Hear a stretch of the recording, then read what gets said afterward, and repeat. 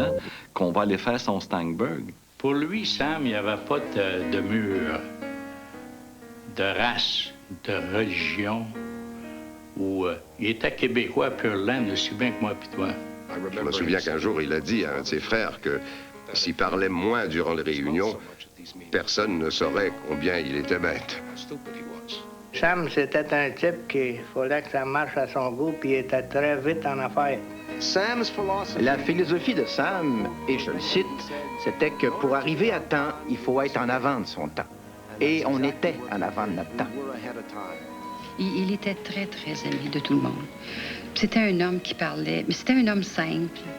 Il était simple, mais il avait une grande intelligence.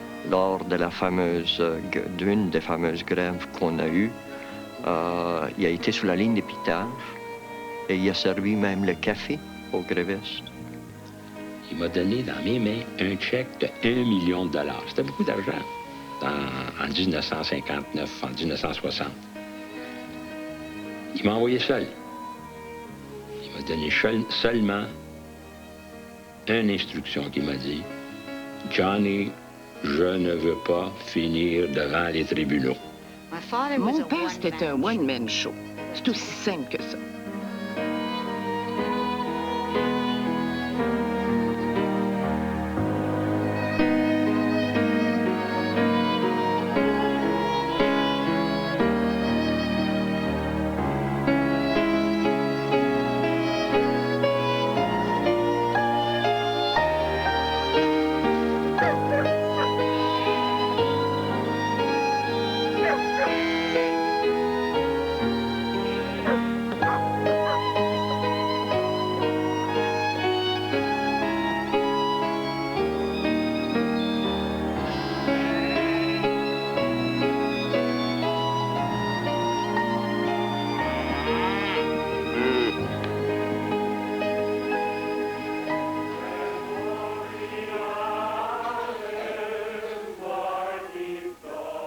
Nous allons commencer notre histoire vers la fin des années 40.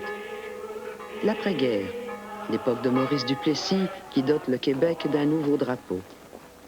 Il flotte dans le ciel d'une province encore profondément enracinée dans son mythe rural, ses traditions séculaires et son orthodoxie religieuse.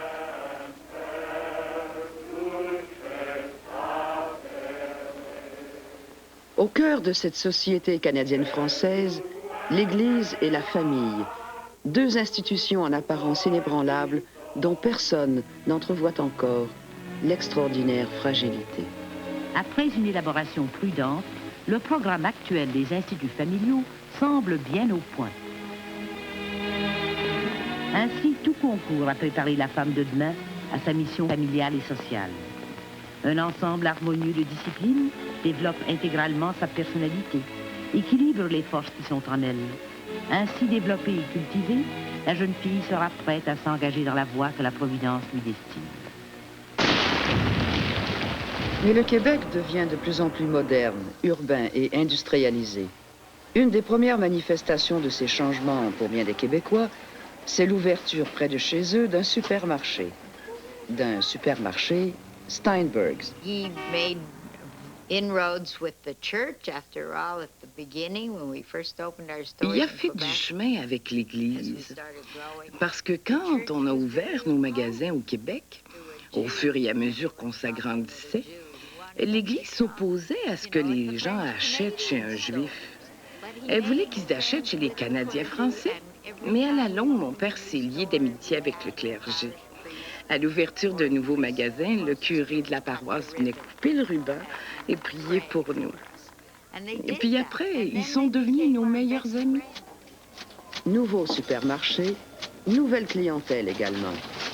Car ici, comme ailleurs en Amérique du Nord, la forte croissance économique de l'après-guerre a permis l'éclosion d'une importante classe moyenne.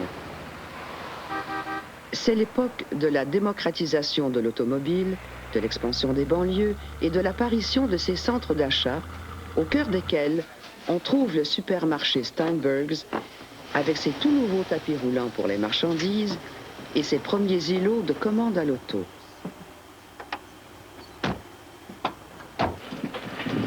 Le temps de la petite épicerie avec ses quelques oranges à Noël semble déjà bien loin.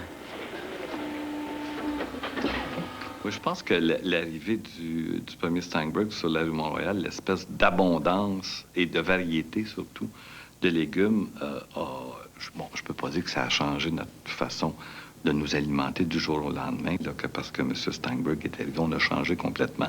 Mais je me souviens que la première fois que j'ai vu une variété de légumes, c'était chez Steinberg. De voir un ananas plus qu'une fois par année, ou vous parliez des oranges tout à l'heure, nous, on en avait plus, mais je me souviens que mes parents ou mes frères qui sont beaucoup plus vieux que moi, quand ils étaient enfants, ils trouvaient c'est vrai qu'ils trouvaient c'est un cliché de Québécois, mais c'est vrai, ils trouvaient une orange dans le fond de leur bonne de Noël, puis il y en avait une fois par année, puis c'était au fond, puis c'était le gros cadeau. À la base de cette transformation, une innovation technologique, la réfrigération, dans le transport, dans l'entreposage, mais aussi et surtout à domicile.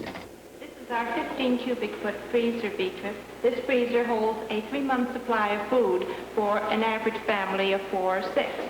Auparavant, on faisait ses provisions tous les jours à la petite épicerie du coin. Désormais, on fait son Steinberg hebdomadaire. C'est plus qu'une simple transformation dans l'alimentation, c'est une révolution dans les mœurs. Moi, je dirais que Sam Steinberg, c'était le véritable chef de file de l'industrie alimentaire au Canada. Comparé à ce qu'il y avait à l'époque, ces magasins étaient spectaculaires. Et ce qu'on voit aujourd'hui, assez curieusement, ça ressemble toujours à ce que Sam faisait dans les années 50. Pendant toutes ces années-là, la chaîne Steinberg va s'agrandir au rythme d'un nouveau magasin toutes les 6 semaines. Un empire immense à la grandeur du Québec. L'œuvre d'un seul homme qui mène tout, dirige tout, planifie tout. Qui est cet homme? Quelles sont les qualités qui ont fait de celui qu'on surnommait autrefois le petit gars de la Maine un bâtisseur d'empire que des milliers d'employés appellent désormais Monsieur Sam? Ses parents, Aida et Vilmos Sternberg, sont des Juifs hongrois. Aida raconte leur histoire. À l'époque, dans notre monde à nous, une femme rencontrait souvent son mari le jour de leurs noces, qui était arrangé par les parents. Vilmos était boulanger, un brave homme. Mais je me suis vite rendu compte que c'était surtout un érudit. Ce qui l'intéressait, c'était passer son temps dans les livres sacrés. Très rapidement, Aida comprend que c'est elle qui devra faire vivre la famille. À la naissance de son 4e enfant, elle n'arrive plus. Vilmos lui propose d'émigrer. Il n'y a jamais eu de pogrom en Amérique. Jamais. Tout vendre pour partir vers l'inconnu. J'ai longtemps hésité. « 1911. Les Sternberg émigrent au Canada. À Québec, un fonctionnaire de l'immigration écrira Steinberg sur leur papier. Le lendemain, les Steinberg arrivent à Montréal. Ils sont loin d'être les seuls. Entre 1900 et 1914, 8 millions de Canadiens accueillent quelques 3 millions d'immigrants. Pour eux tous, Montréal, c'est le port d'entrée du Canada. C'est aussi, en ce début du siècle, la capitale économique et industrielle. En une génération, sa population a quintuplé, car les Canadiens français fuient la campagne par milliers, heurtant en métropole une vaste vague d'immigration européenne. 2 groupes de réfugiés économiques qui ont peu de choses en commun, si ce n'est leur misère et leur ébahissement devant les imposants édifices et les somptueuses demeures de l'establishment anglophone.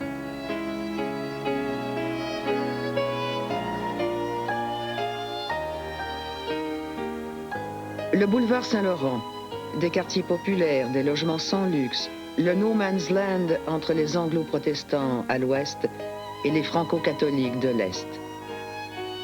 Arrivés de Pologne, de Russie, de Tchécoslovaquie, de l'Ukraine, d'Allemagne, les immigrants juifs dominent. Ils parlent presque tous le yiddish. Sauf que moi, je ne parlais pas yiddish, je ne parlais pas anglais, je ne parlais pas français, je parlais le hongrois. Mais des Hongrois à Montréal, il n'y en avait pas beaucoup, à part mes sœurs et Villemoche. Le quartier où nous nous sommes installés, près du port, eh bien, les gens venaient de partout. C'était une petite maison sur la rue Cadieux, de Bullion aujourd'hui. Une rue où des filles de mœurs faciles... Enfin, je voulais pas rester là longtemps. Et puis, c'était minuscule. On était entassés avec ma sœur Mary et son fils. 4 adultes et 5 enfants dans 2 petites pièces pas chauffées. Le premier hiver, ça n'a pas été facile. Et avec 5 enfants dont il fallait s'occuper, je pouvais pas accompagner mes sœurs au travail.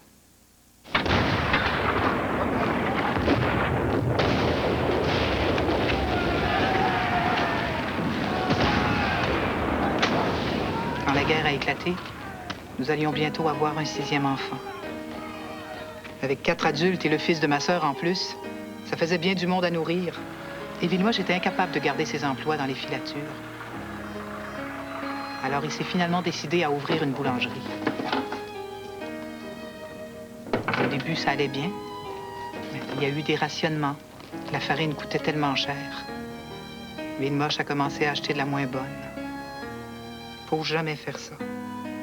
Faut jamais faire de compromis sur la qualité. On a dû fermer nos portes. Des années de misère noire, à se demander si on finirait par s'en sortir un jour.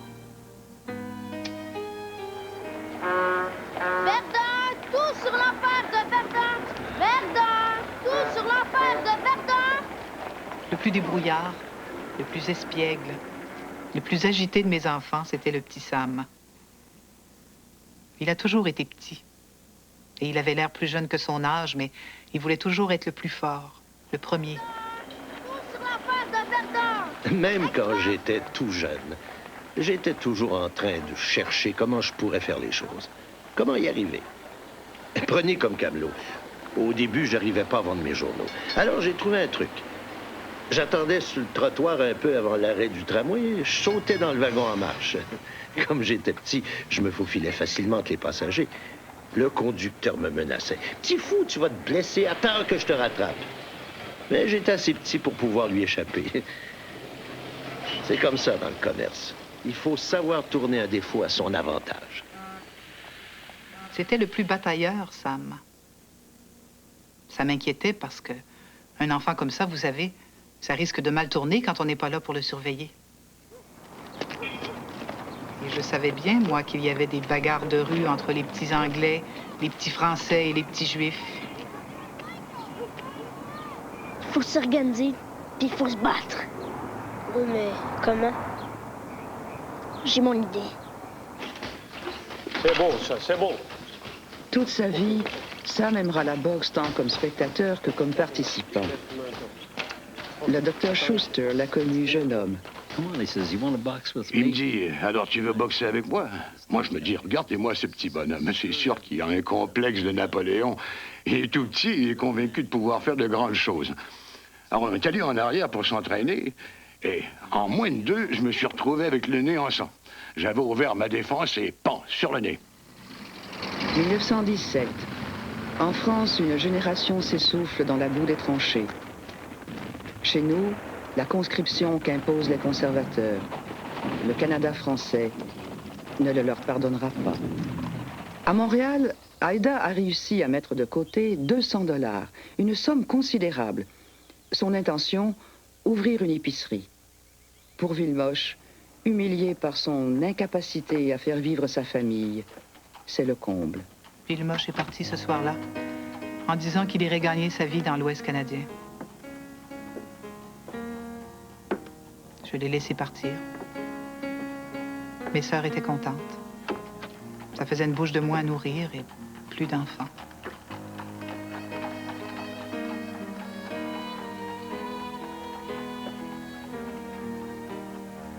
Villemoche n'est jamais parti vers l'Ouest. Il a passé le restant de ses jours dans une petite chambre, pauvre, effectuant de menus travaux dans une synagogue.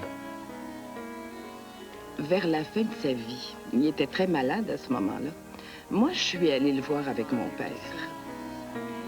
Il y avait une petite chambre et des photos de ses enfants sur sa commode. Ça, je ne l'oublierai jamais. Quand on est ressorti, j'ai dit à mon père, j'étais très en colère. J'ai dit, comment as-tu pu laisser ton père vivre comme ça? Il me dit, je sais pas. Peut-être que j'ai eu tort.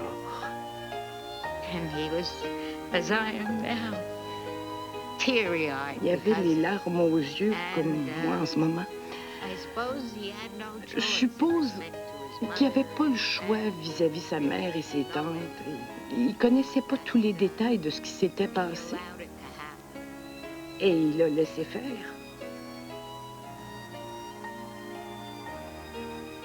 Bon.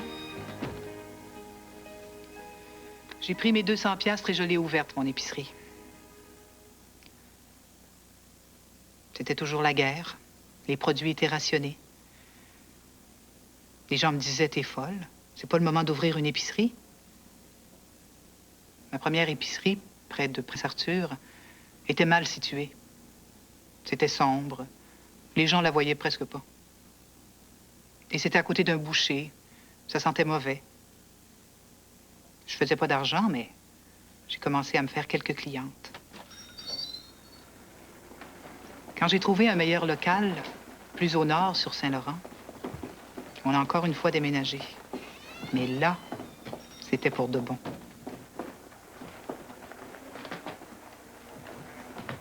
Ma clientèle m'a suivi. Ça a marché tout de suite. J'étais contente.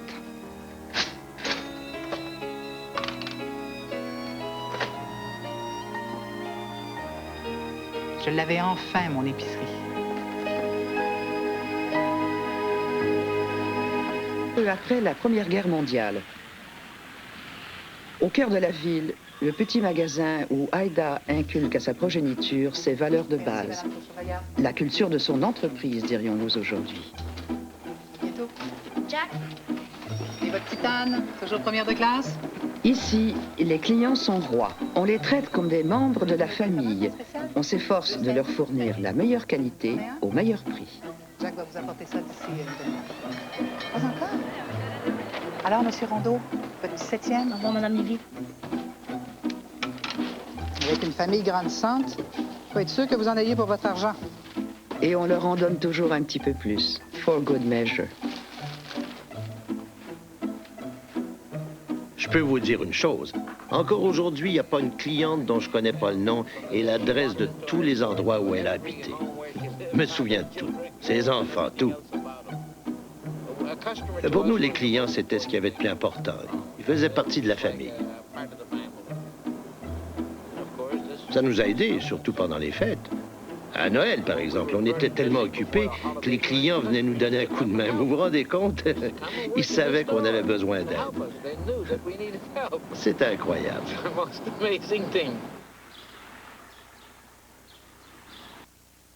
À l'époque, on devait se lever très tôt tous les matins, Nathan et moi, pour nous rendre au marché Bon Secours. Le premier levé avait un gros avantage. Il prenait la meilleure chemise.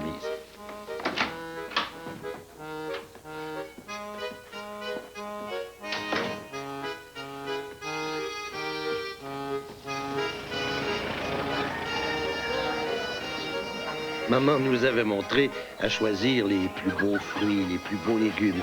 Seulement la meilleure qualité. Ensuite, on devait préparer les légumes. Couper les pieds de céleri à l'arrière du magasin, préparer les sacs de patates ou de carottes, empiler les pommes dans la vitrine. Le soir, en revenant de l'école, on faisait les livraisons. Ça leur faisait des longues journées. Les résultats scolaires s'en ressentaient. Déjà qu'ils n'étaient pas très bons avant. J'aurais peut-être aimé que mes enfants réussissent mieux à l'école, mais je préférais les avoir avec moi. Et puis l'éducation, vous savez, ça n'avait pas donné grand-chose à Villemoche. Je voulais pas qu'ils deviennent des rêveurs comme lui. Mais oui, votre commande est toute prête. J'attendais juste votre appel. Je vous l'envoie tout de suite. Sam! Madame Jobin, elle t'attend. Demande à Jack. Il est sorti. Pourquoi c'est tout le temps moi? Quand tu veux faire accélérer ton attelage, tu fouettes le cheval qui tire le plus. Allez! J'ai autre chose à faire que de discuter avec toi. Bonsoir, Madame Geoffroy. La journée n'a pas été trop dure? Elle était longue, en tout cas. Qu'elle soit fatiguée ou pas, elle s'occupait toujours très bien de ses clientes, en prenant son temps, de la façon la plus efficace possible. Et je crois que c'est une règle que mon père a toujours suivie. Comment traiter un client. Et puis, le fait qu'un client, c'est ce qu'il y a de plus important pour un commerçant. Sans client, il n'y a pas de commerce. Et sa façon de traiter avec son monde, ses clients, ses employés, c'était tout simplement magnifique.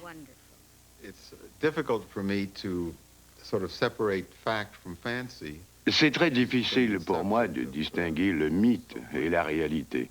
On a tellement écrit et parlé à son sujet. La légende la décrit comme une femme douce et gentille, mais je ne me souviens pas de l'avoir connue comme ça. Évidemment, je n'étais pas un client. Elle était très difficile, un vrai tyran.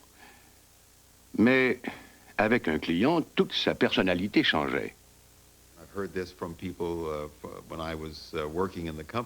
Les employés m'ont dit, ça je l'ai vu, qu'il y avait beaucoup de va-et-vient dans le personnel. Nul n'était à la hauteur. Mais il y a une chose qui est certaine, c'est elle qui a établi les grands principes suivis plus tard par ses enfants. Et Sam avait toujours à l'esprit ces grands principes-là. Un jour, Sam est revenu de l'école. Il avait été chassé de sa classe parce qu'il avait tenu tête à sa maîtresse. Pas étonnant avec son caractère. La maîtresse voulait que j'aille la rencontrer pour en discuter. C'était des enfantillages. J'allais pas abandonner l'épicerie même pour une heure. T'es comme moi, Sam. Fais le commerce dans le sang. Viens travailler avec moi. T'auras le même salaire que Jack. Je veux pas de salaire puis je serai jamais ton employé, moi. Jamais. Mais je peux bien devenir ton associé.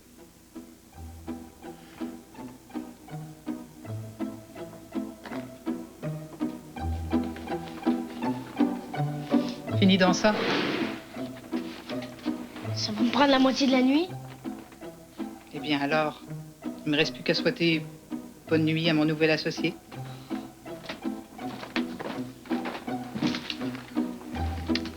Moi, j'aurais bien voulu continuer à aller à l'école. Vous savez, comme tous les enfants, j'aimais jouer. L'école, c'était un jeu et le magasin, c'était le travail. Alors, je me sentais mal face à ça. Mais je me suis fait l'idée. J'ai donc décidé que j'allais apprendre le métier et embarquer.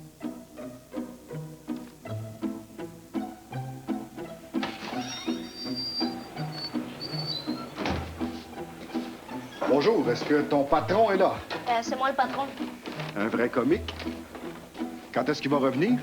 Le patron, c'est moi. Je vais l'attendre. Prenez-en un autre boîte, c'est 2 pour 1 sou. 5 bucks. Bonjour, Madame Bergman. Oui. 5 livres de pommes de terre. Une pelle laitue. J'ai des très belles pommes, hein? OK. Entendu. Je porte à votre compte. Madame Bergman, fais vite, elle t'attend. Traîne pour retour, Anne. C'est que c'est l'heure de paye à la filature. Dans 15 minutes, on va être débordé. Un jour, j'ai reçu un appel de l'agent du propriétaire. Il m'a demandé de mettre un écriteau à louer sur la porte du magasin de chaussures d'à côté. J'ai demandé, c'est combien le loyer du magasin? Combien le loyer du magasin? 60 $ par mois. Faites-le-moi 55 et je vous signe un bail pour 2 ans. Non, c'est mon dernier mot. Oui, c'est ça, rappelez-moi dans la matinée. Vous savez, vous allez attendre longtemps si vous voulez pas faire affaire avec moi. Sam a 13 ans. Louer à côté, c'est sa toute première décision d'affaires. On est prêt? Sa deuxième, c'est de doubler la surface du magasin qui devient alors la plus grande épicerie de la rue Saint-Laurent.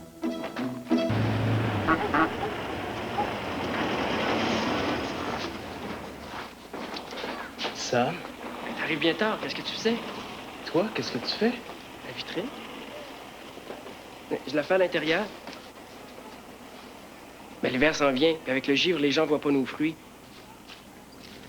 Être épicier, à cette époque, marchand de laitue, comme on disait, ce n'est pas une situation très enviable. Ça commence au petit matin, vers 4 ou 5 heures, quand il faut aller au marché acheter les fruits et les légumes du jour. Et ça continue, jusqu'après 23 heures, alors qu'on accueille les clients à la sortie des spectacles. Les profits sont minimes. 1 ou 2 cents par livre de beurre ou par douzaine de pommes.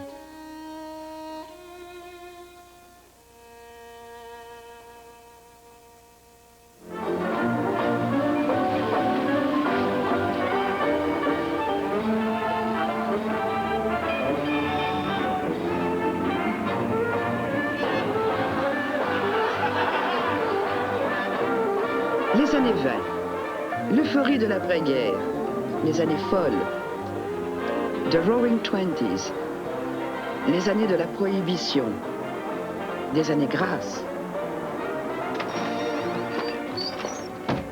1925, il y a quelques mois à peine, le dernier membre de la famille de Haïda est arrivé de Hongrie, son frère Lois. J'ai des choses à te montrer.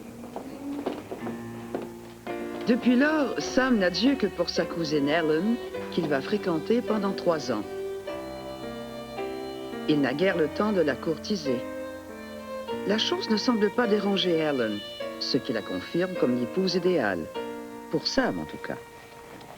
Vers cette époque-là, notre clientèle commençait à s'enrichir et à quitter la Maine pour aller vers l'ouest, avenue de l'Esplanade et avenue du Parc d'abord, puis vers Outremont, le long de l'avenue Bernard.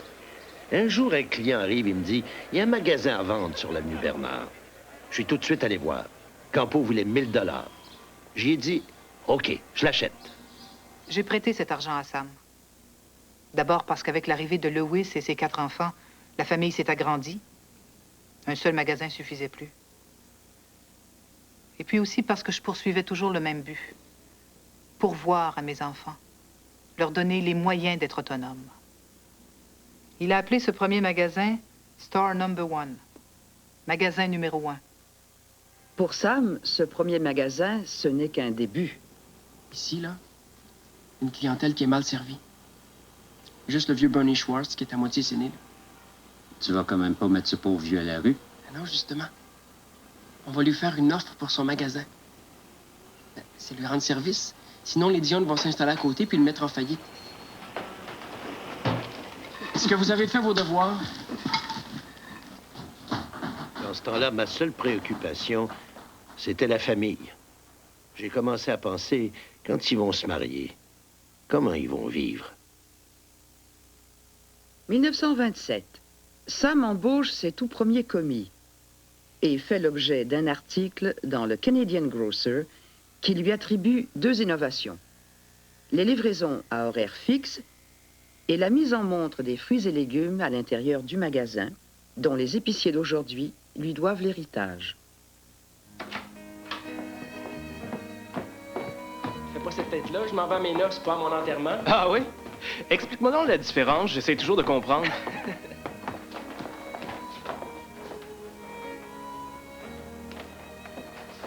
Il épouse sa cousine Ellen. Il va enfin quitter le grenier sombre de la rue Saint-Laurent, où il partageait encore le lit avec son frère Nathan, pour le second étage du magasin géré par ce dernier, rue Bernard.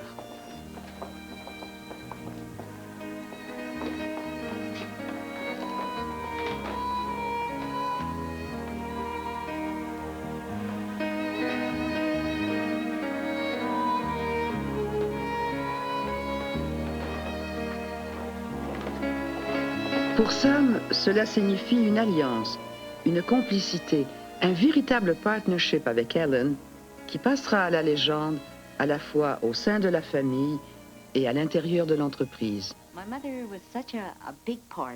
mère occupait une grande place dans la vie de mon père. Elle était au courant de tout. Il voulait qu'il participe. Il l'a entraîné et entraîné. Il lui a tout montré. Il l'adorait. Tout ce qu'elle faisait était parfait parce qu'elle faisait tout pour lui faire plaisir à lui. Elle cuisinait et s'éreintait pour tout le monde, mais elle ne perdait rien de tout ce qui se passait. Ils n'étaient pas toujours d'accord. Mais à la fin, ils finissaient toujours par donner raison à ma mère.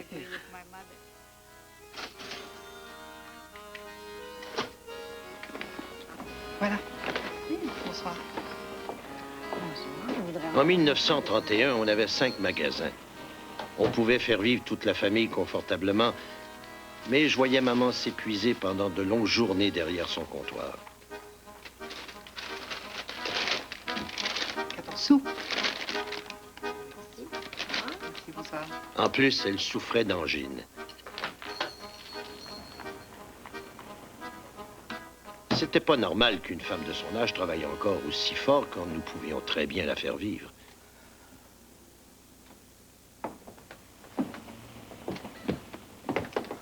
Regarde-toi. T'es morte de fatigue. Tu sais ce qu'il t'a dit, le docteur? Une bonne nuit de sommeil. C'est plus qu'une bonne nuit de sommeil qu'il te faut. Arrête de travailler. On a tout ce qu'il faut pour te faire vivre. J'ai 47 ans, Sam, pas 80. Mais tous tes enfants sont placés, on peut s'occuper de toi. Je suis pas une bourgeoise, moi. Je me vois pas passant ma vie à me faire des mises en plis, à prendre le thé avec mes amis. Tu penses pas que t'as un peu gagné le droit de prendre tes aises? Rentre chez toi. Laisse-moi tranquille. Ouais. Pour venir demain puis me faire dire que t'es à l'hôpital. Mais maman était têtue. C'est une tête de mule, Sam. Pour lui, la place de la femme est à la maison. Il m'a eu à l'usure. J'ai fini par accepter. Et je l'ai forcé au moins à me donner la gérance d'un de ses magasins dans l'ouest de la ville. Là, c'était mes employés qui travaillaient. Moi, je supervisais. Alors, j'ai fini par tout lâcher pour rester à la maison. Villemoche me disait toujours, « T'es une bête de somme. » Il avait pas tort. Ces mains-là, elles sont faites pour travailler.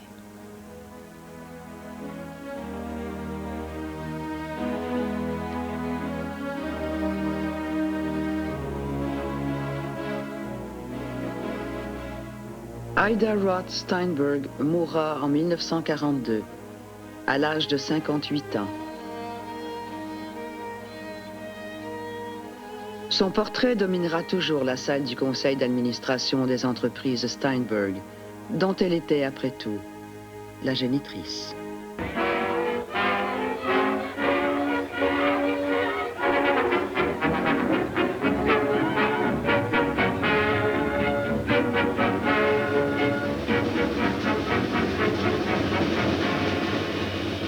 « 1929. Crash à Wall Street. Simple crise boursière, se dit-on, qui n'affectera guère la prospérité générale. Hélas, non. Ce sera une épidémie de misère qui se propagera lentement d'un océan à l'autre. En 31-32, un Montréalais sur 3 ne travaille pas. Vers 1933, les choses allaient tellement mal que c'était impossible de rendre un magasin profitable. J'ai eu mes premières pertes. Alors j'ai pensé au libre-service. Au début, j'y croyais pas. Je me disais, je connais tous mes clients, je peux leur dire quoi acheter. Dans un libre-service, ils n'auraient pas ça. Loblaws avait des libres-services, alors je suis allé voir un de leurs magasins à Ottawa. Vous savez ce que j'ai compris? Je jugeais tous mes employés comme si c'était moi. Parce que moi, je connaissais tout le monde. Ça voulait pas dire que mes commis les connaissaient. Dans un de ces magasins, en un seul week-end, Sam chambarde tout. Il enlève les comptoirs, change les affiches, installe le libre-service et baisse dramatiquement ses prix. Dès la première semaine, les ventes doublent. Le premier supermarché québécois est né, mais s'avère trop petit. Les clients n'arrivent pas à circuler. Le deuxième sera donc beaucoup plus vaste. Je me rappelle, un soir, je suis rentré à la maison et j'ai dit à Helen, on l'a l'affaire. Le Wholesale Groceteria, le supermarché, c'est donc déjà la formule gagnante de Sam Steinberg. Il en ouvre rapidement une dizaine, engageant un nombreux personnel, parmi lequel on ne trouve toutefois que peu de Canadiens français. Pourtant, tout aurait dû rapprocher le jeune batailleur de la rue Saint-Laurent de ses voisins de langue française. Mais l'histoire des Juifs et des Canadiens français de Montréal, c'est l'histoire d'un rendez-vous manqué, selon Pierre Antil, historien. Alors, on se rappelle de l'acte de l'Amérique du Nord, 1867, qui dit que les écoles au Québec sont seulement confessionnelles, protestantes ou catholiques. Les Juifs qui arrivent vers 1900 sont nulle part. Il y a une loi en 1905, une loi provinciale, qui dit que les Juifs seront protestants pour des raisons éducatives. Ils vont tous passer dans le secteur protestant où on sait, ça parle seulement anglais, mais ils ne seront pas reçus avec énormément de joie. Ils sont presque 40 % de la population des écoles protestantes en 1920. Vous voyez l'ampleur que ça prend. Les protestants, finalement, se retrouvent avec une clientèle juive beaucoup plus grande qu'ils pensaient.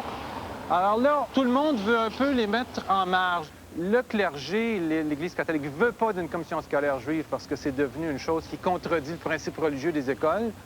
Et finalement, on en vient à une entente entre les Juifs établis et les protestants. Les Juifs retournent à l'école protestante où ils vont devenir de langue maternelle anglaise. La domination anglaise à Montréal a longtemps été démographique aussi bien qu'économique. Plus maintenant. Canadiens français et Juifs sont arrivés par dizaines de milliers, les uns de la campagne, les autres d'outre-mer.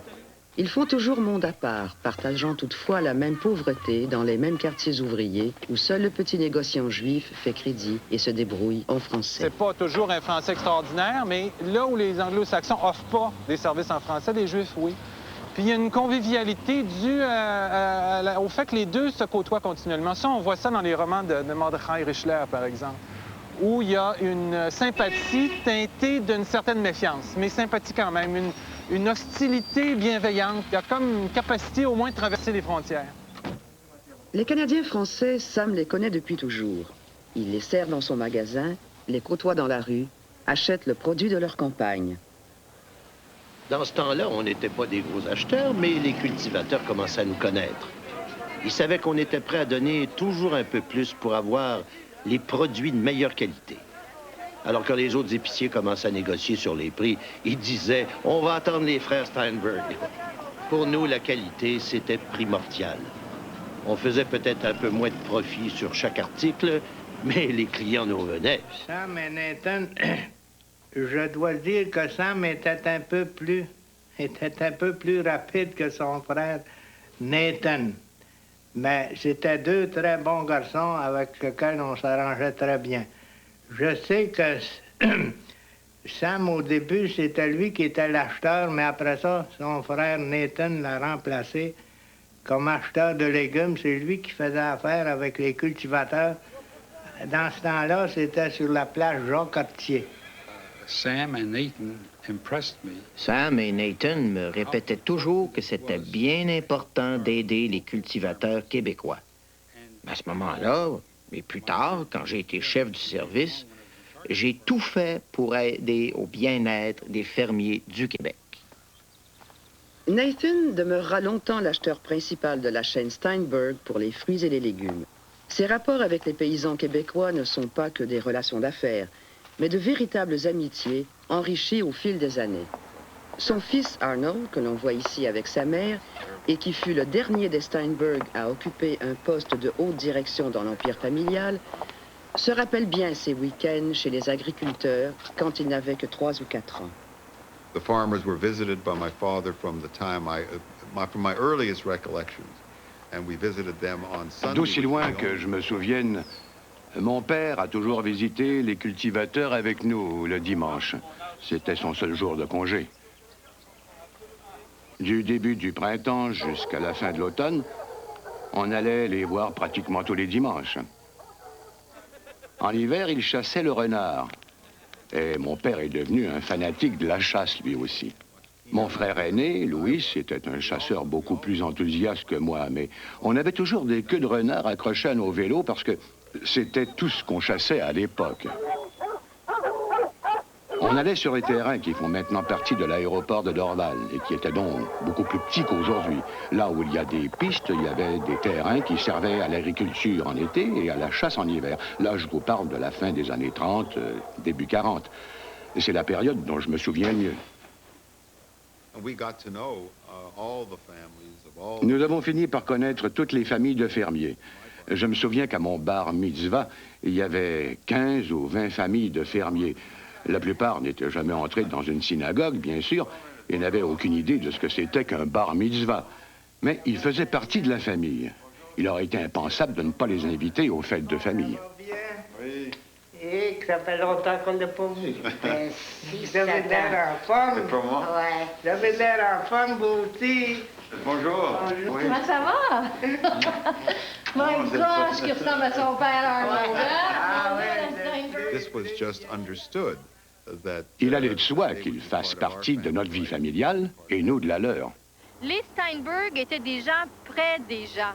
C'était des gens qui aimaient les cultivateurs, qui venaient à l'intérieur des champs. Ils venaient, ils parlaient le français, ils ont voulu parler français, contrairement à plein d'anglophones qui n'ont pas voulu parler français à ce moment-là. Alors, je crois que leur relation humaine était très importante. Puis, Nathan Steinberg, pour nous, il faisait partie de la famille. C'était comme un oncle chez nous. so this was a way of life. And again, it was part of that overall... Tout ça, ça faisait partie de notre mode de vie, mais aussi de notre volonté de toujours offrir la meilleure qualité possible à nos clients. Et pour ça, il fallait se distinguer de nos concurrents. Alors, il nous fallait accélérer le système de distribution. Et mon père, qui avait en main les commandes de chacun des magasins, passait ses soirées au téléphone appelant les fermiers un par un. Il en appelait un, il lui demandait d'envoyer son maïs au magasin 6, 8, 10, par exemple, et à un autre, il demandait de l'envoyer au magasin 7 ou 5. Il appelait ça sa logistique. Il s'arrangeait pour que les fermiers aient le moins de distance possible à parcourir et puissent arriver au magasin au plus tôt.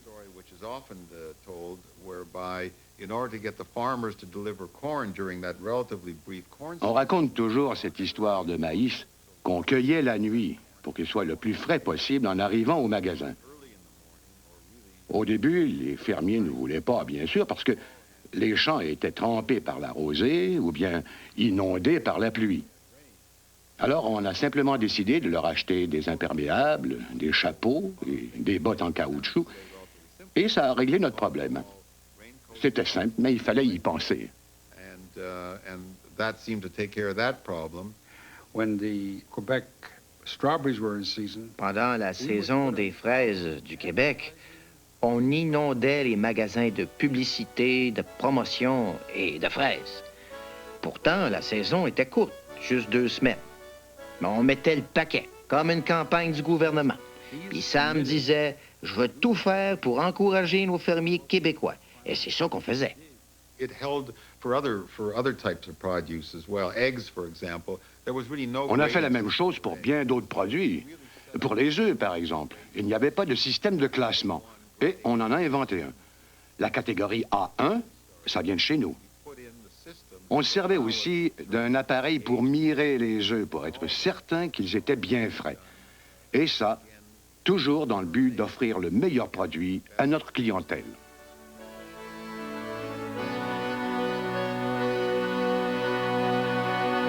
Is asking for action, and action now. I pledge myself to a new deal for the American people. Aux États-Unis, le vaste programme de travaux publics du président Roosevelt finit par relancer l'économie. À Ottawa, Mackenzie King revient au pouvoir juste au bon moment pour s'accorder le mérite de la reprise canadienne. Les voitures se vendent par dizaines de milliers. La radio pénètre tous les foyers. L'alimentation coûte de moins en moins cher. Pour Sam, de bonnes années. Il se lance dans l'immobilier, veut construire ses nouveaux magasins plutôt que de les louer. Mais les banques refusent de financer l'épicerie. Pour eux, l'alimentation, c'est pas du solide. La solution au problème, on la voit encore aujourd'hui au-dessus des anciens Steinberg de l'époque. Sam construit en effet des appartements à l'étage de ses magasins et finance l'édifice, y compris l'épicerie, en arrachant des hypothèques logements aux banquiers récalcitrants. J'ai commencé à choisir des sites 10 ans d'avance.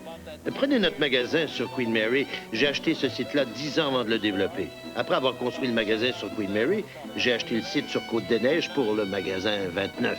Est-ce que vous aviez un service de recherche? Oui, je faisais la recherche et tout. Qu'est-ce qui motive ce petit bonhomme de génie? Un désir de gloire? Les rares images de Sam à cette époque font croire que non. Il semble presque vouloir se cacher. Et nous n'avons que quelques photos furtives, quelques bouts de pellicule qu'il a fallu grossir, ralentir, traiter pour entrevoir le héros de notre histoire. L'appât du gain, il a vécu très simplement toute sa vie. Le goût du pouvoir, il est trop populaire auprès de ses collaborateurs. Non, à l'examen, deux traits de caractère se dégagent clairement. D'abord, la passion de bâtir, de créer, de se dépasser. Bref, l'esprit d'entreprise. Ensuite, la famille, pourvoir à sa famille. Il en avait fait promesse à sa mère. Maintenant, tous ses frères, tous ses cousins sont placés. Que fait Sam? Il adopte ses employés, dont le bien-être et l'avancement deviennent presque son principal mobile. À ces gens qu'il aime, il veut désormais donner des occasions de carrière. L'un des tout premiers, Jack Levine. Il entre comme commis au magasin numéro 3, fin 1929. À sa retraite en 1982, il sera devenu président de la compagnie. Cette photo date de 1931. Elle représente des grands changements dans ma vie. On m'a inclus dans le portrait de famille. Notamment parce que je savais jouer au baseball. Ils m'avaient invité ce jour-là à la plage Laval pour jouer contre d'autres équipes. Après, ils m'ont dit, viens, on va prendre une photo. On y voit Ida Steinberg, sa sœur, en train. Sam est au milieu. Et moi à côté de lui. Ah, Lily est là aussi. C'est la seule sœur des frères Steinberg. Ah, c'était une superbe journée. Comme ça, à partir de ce moment-là, j'ai fait partie de la famille pendant 54 ans. Et Sam voyage, parcourant le continent de part en part, pige, prend, emprunte ses idées où il les trouve, innove sans cesse. Une des forces de Steinberg, en fait, c'était une des forces de Sam. Il disait qu'il fallait être au courant de tout ce qui se passait dans le monde pour pouvoir continuer à se développer et à grandir. Qu'il fallait adapter les idées des autres à nos besoins.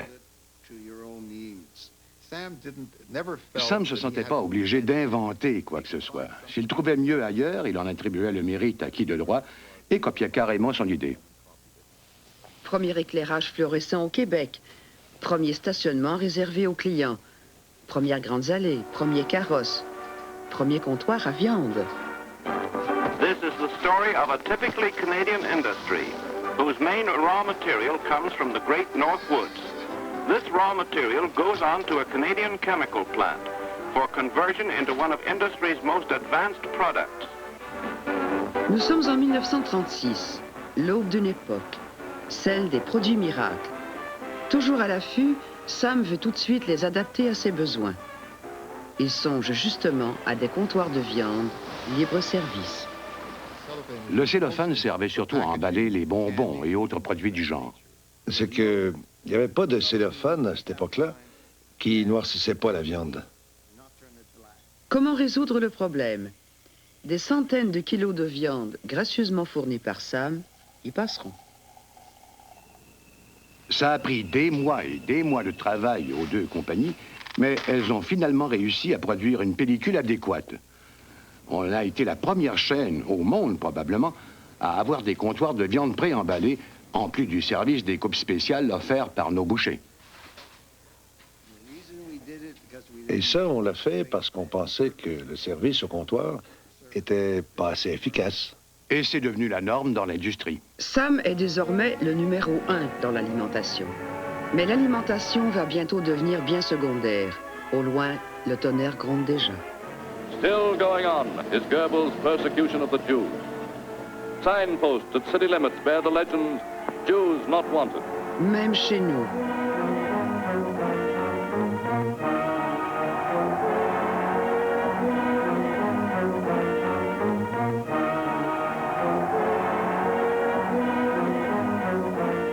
Il y a eu des bouffées de violence, il y a eu parfois des vitres cassées. Il y a eu des campagnes plus ou moins réussies qui ont été menées. Il y a eu Adrien Arcan qui est finalement le grand porte-flambeau de l'antisémitisme, qui va dire, oui, effectivement, il faut les expulser. On perçoit les Juifs comme des concurrents, des gens qui ont pas mal d'audace de venir ici, de prendre notre place. Et ce type d'antisémitisme-là, qui est plus de discours que de fait, va rester dans le décor continuellement. Contre les individus, en particulier contre les gens, on ne peut pas dire qu'il y a eu un antisémitisme féroce, violent. En fait, le quartier en est la preuve. Il n'y a pas, dans les témoignages historiques ici, rien qui nous laisse croire qu'il y a eu une violence exacerbée, systématique, continuelle. Au Canada anglais, la situation n'est guère différente. Mais le regard du monde se porte très loin des deux Canadas.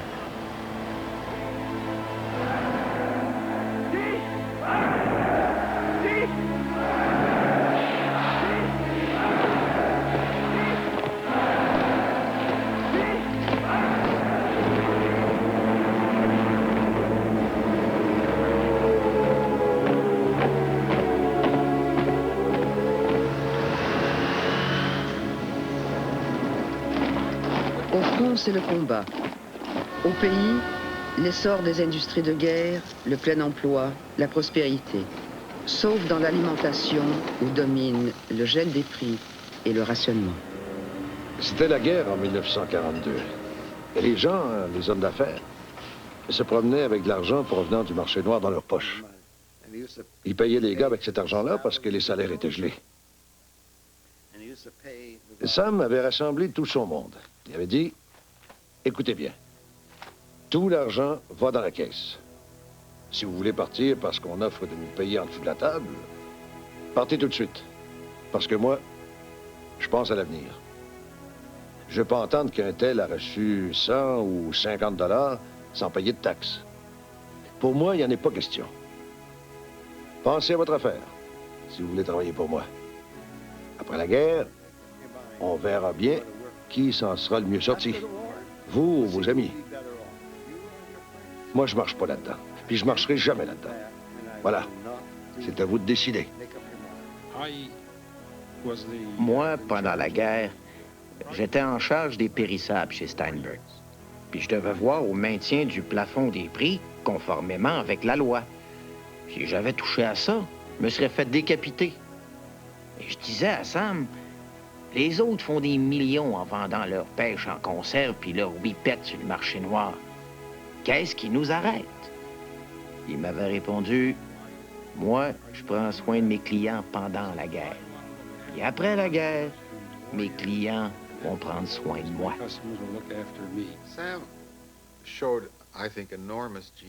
Sam a fait preuve de génie très tôt pendant la guerre. Il avait prévu la croissance économique d'après-guerre.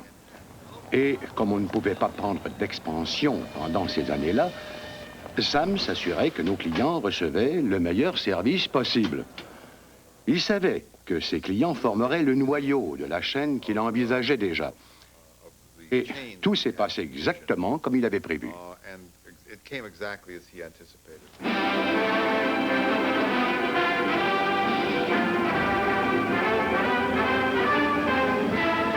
Here is the world's news in pictures, and this is Cathay Gazette screening it.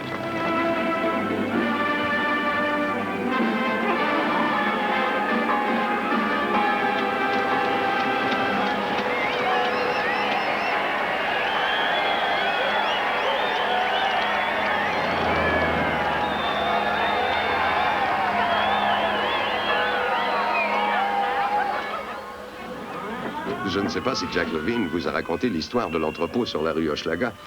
C'était la fin de la guerre et Sam avait acheté une vieille usine où on fabriquait des hélices pour les avions de guerre. Mais une fois qu'on l'a vidée, elle paraissait vraiment immense. Je me rappelle que Sam m'avait raconté qu'il était rentré à la maison, avait vomi, et déclaré à sa femme qu'elle venait juste d'être témoin de la faillite de Steinberg. Il avait dit, je ne sais pas ce qui m'a pris d'acheter si grand, j'arriverai jamais à le remplir. Pas besoin de vous dire que ça n'a pris que quelques années avant qu'il fasse bâtir un autre entrepôt, puis un autre, et ainsi de suite. Finalement, il s'est retrouvé avec un complexe autour des rues Hochelaga et Viau. L'entreprise prenait tellement d'expansion que, loin de faire faillite, il manquait de bâtiments.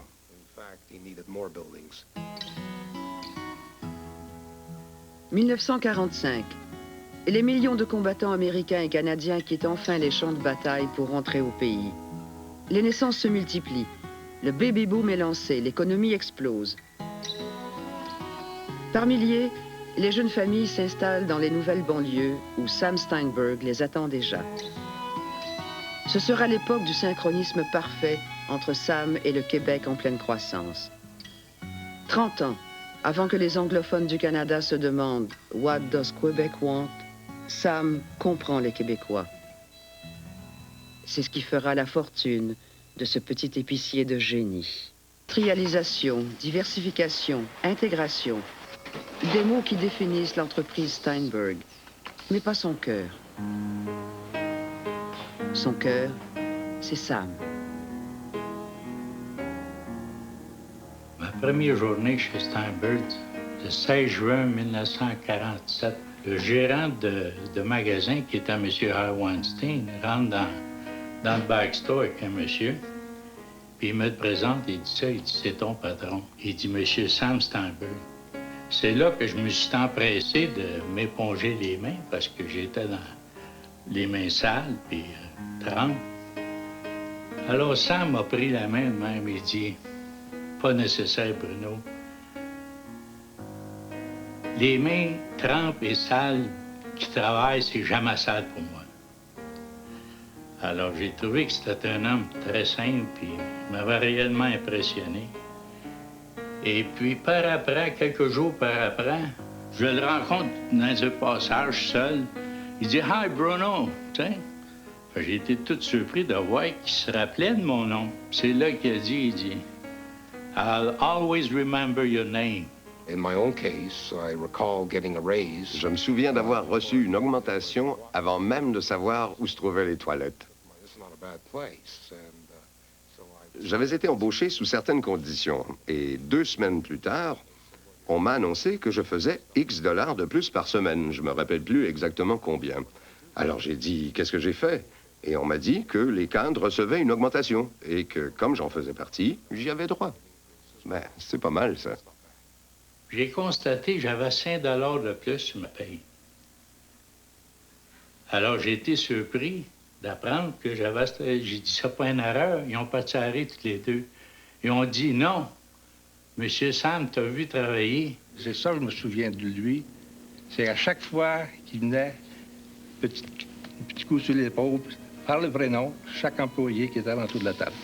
Moi, j'avais jamais connu ça dans l'industrie du travail au niveau de détail. Et ça m'a impressionné. J'étais à Arvida à l'époque. La compagnie avait un pique-nique annuel au parc Belmont pour les employés et leurs familles. Ma mère y était allée, elle voulait saluer Sam Steinberg. Quand on lui a présenté, elle lui a demandé « Quand est-ce que vous allez me rendre mon petit garçon? » Il a dit « Il vous manque? » Elle a répondu « Énormément. Vous savez, ça fait déjà près de 4 ans qu'il est parti. » J'étais gérant à Arvida et je ne le savais pas à l'époque. Mais c'est ce qui a fait que je suis revenu à Montréal. Il était très, très aimé de tout le monde. C'était un homme qui parlait, mais c'était un homme simple. Il était simple, mais il avait une grande intelligence. Je pense pas qu'il l'aurait appris à l'école. Je pense que c'est l'école de la vie qui lui faisait, qui lui aidait, disons, comme à faire des conférences et tout ça. C'était tellement sensé, c'était tellement humain. Je pense que c'est pour ça que les gens aimaient beaucoup travailler pour lui. On n'avait pas l'impression que c'était le patron. On avait l'impression qu'on était une grande famille, puis on mettait tout l'effort ensemble. Nous revoilà donc à notre point de départ, les années 50. Le modèle politique et familial québécois, l'image d'Épinal de l'époque, c'est le bon pasteur, le bon père de famille.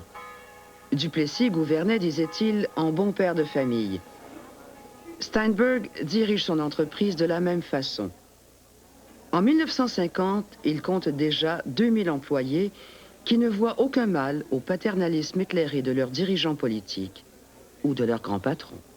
Pour lui, Sam, il n'y avait pas de mur, de race, de religion, il était québécois pur laine, aussi bien que moi et toi.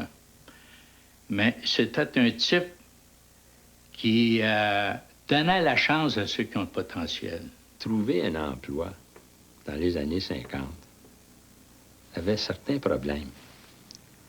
Il fallait qu'on soit du même groupe culturel, c'est pas bon dire, que la compagnie qui voulait vous engager. Alors, un francophone, c'était des compagnies francophones. Un anglophone, c'était des compagnies anglophones. Et quelqu'un qui était ni un ni l'autre, c'était un peu plus difficile. Sam Steinberg, pour lui, il regardait le mérite. Il faut bien comprendre, entre les deux guerres, la société canadienne-française est contrôlée par le grand capital américain ou anglo-saxon, mais surtout ici à Montréal, les grandes entreprises sont entre les mains des gens qui restent dans le Golden Square Mile, largement. C'est-à-dire des anglo-saxons qui ne laisseront pas facilement la place dans les banques, dans le grand commerce, dans les professions, aux gens des autres communautés francophones, juifs, italiens ou autres. Et il faudra pour les Juifs surtout, mais les Canadiens français aussi, on fait souvent la même chose, commencer au bas de l'échelle dans des petits commerces. Et ces petits commerces-là vont être un moteur pour pas seulement les Juifs, mais des gens qui sont dans cette classe sociale, à cette échelle, francophone, italophone ou autre. Et souvent, on le voit chez Steinberg, il va se faire une alliance. La communauté juive ne peut pas passer à un certain point, remplir tous les postes, occuper tous les emplois que fournit Steinberg. Et largement, c'est les Canadiens français qui vont entrer dans Steinberg et qui vont se faire une expérience, qui vont créer un nouveau milieu, qui vont apprendre comment faire des affaires avec les Juifs. Le jeune Jacques Bouchard, futur star de la pub québécoise, fut parmi les centaines d'étudiants de ce qu'on appelait déjà en 1950 l'université Steinberg. J'ai donc appris mon métier chez Steinberg. Mais Steinberg était une école pour le Canada français de toute façon. Oublions le publicitaire que je suis. Steinberg a formé des acheteurs, a formé des épiciers, si vous voulez, a formé des distributeurs spécialisés en grande alimentation, alors qu'il n'y avait rien, alors que Steinberg innovait dans tout.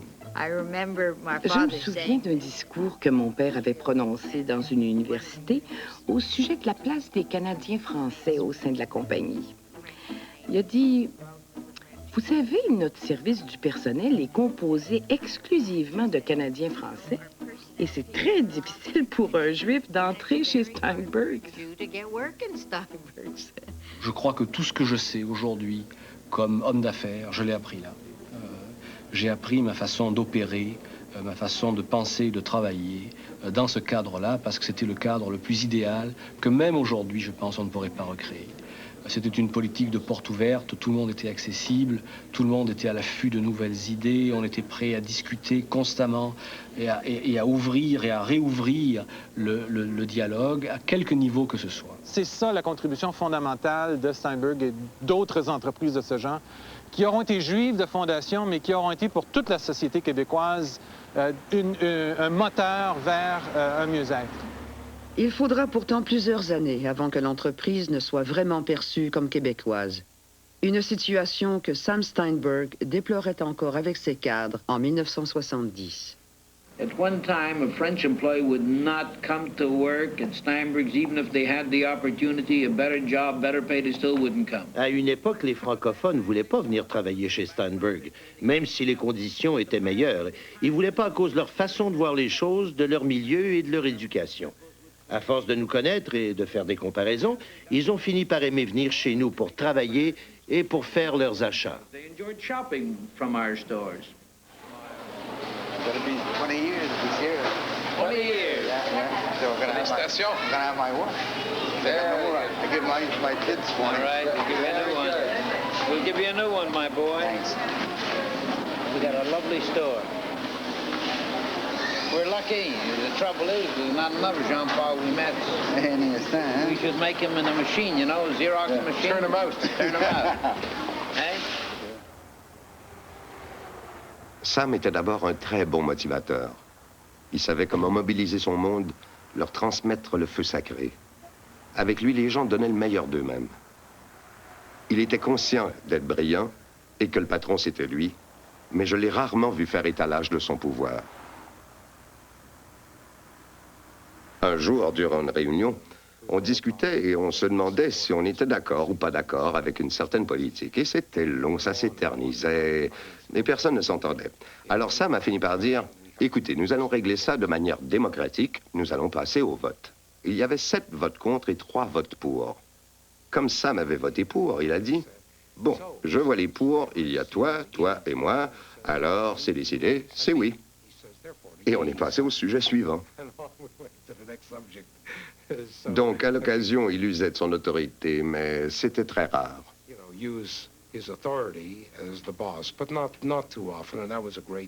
Il jouait pas au boss, et c'est ça qui en faisait un si bon motivateur. Mais s'il fallait être dur, il en était parfaitement capable.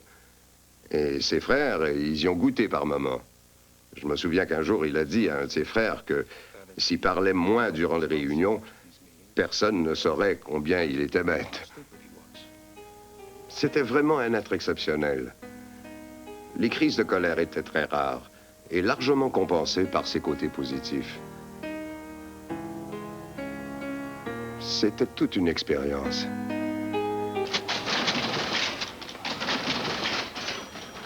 En 1958, Steinberg est à son apogée et planifie une croissance encore plus folle pour les prochaines années.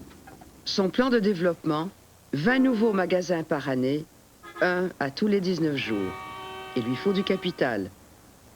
La rue Saint-Jacques, qu'on appelle encore St. James Street, bastion de l'establishment financier, accueille Sam à bras ouverts et émet pour lui un demi-million d'actions à 17 $ pièce.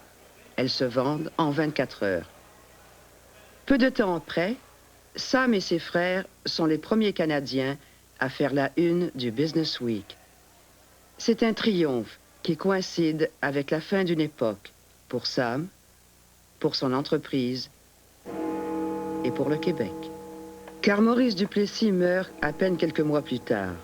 Un souffle nouveau va faire sauter ses vieilles institutions et balayer son petit univers passéiste. Des cendres de ce vieux Canada français désormais dépassé, naîtra le nouveau Québec moderne. Une révolution sociale qui se fera comme elles se font toutes, dans une atmosphère de crise et de bouleversement.